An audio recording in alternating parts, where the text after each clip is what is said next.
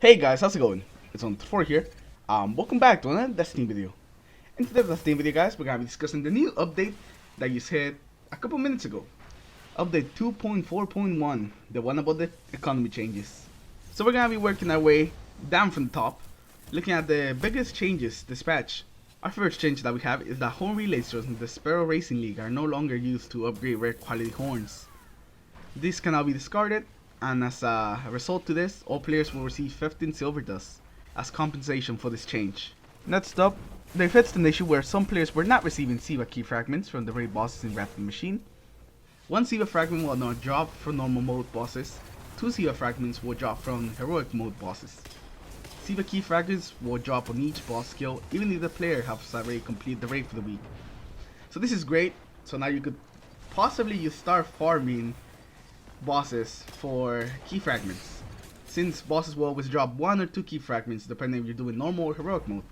So that's very neat. Several items from the 2015 event have been removed. The flimsy mask, the gift of the lost, fruit motes, glimmer chew, salty engrams, salt engrams, sugary engrams, chocolate strange coins, and void fists, pepper scraps, chromo mask, rare quality sparrow horns. And if you have any paper glue left from the Festival of the Lost 2015, it now shards into 1 silver dust. Collections were also added. A new holiday connection is now available to allow you to claim your Festival of the Lost mask.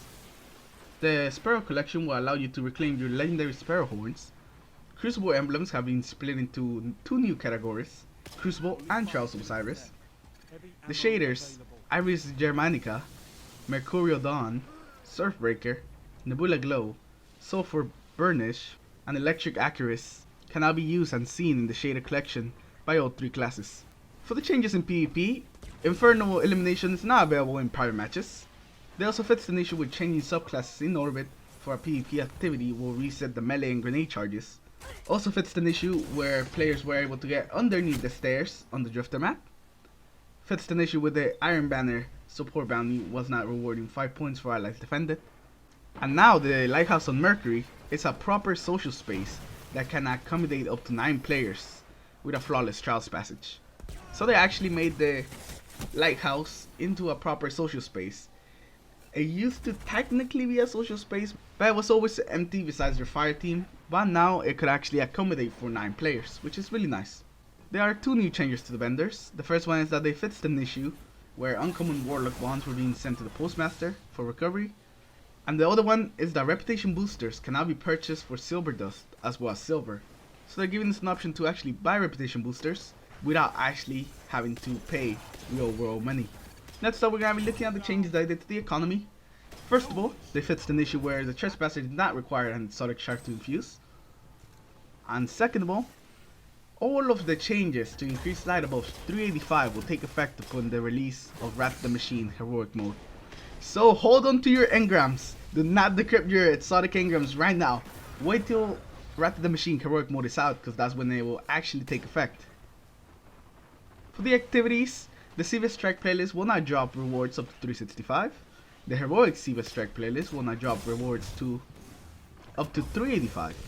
Archon's Forge can now drop rewards up to 385. Archon's Forge can now drop ghosts and artifacts up to 400 light. So if you need a ghost or an artifact, Archon's Forge is going to be a pretty easy way to get one.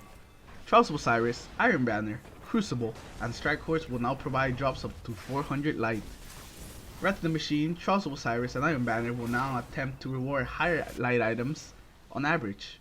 So Wrath of the Machine, Trials of Osiris, and Iron Banner will always try to give you something that is higher than your average. Which is really great because a lot of times you got something that was the same light level as you had on, or maybe even lower. So it's nice to see that a system now will attempt to reward you with higher light level items. There were some changes done to the packages.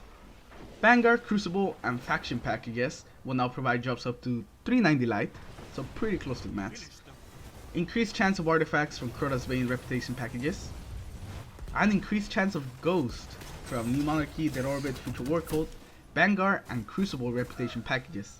So now it'll be more likely that you get a artifact from the Crota's Bane packages, and Ghosts will be dropping a lot more from every other package.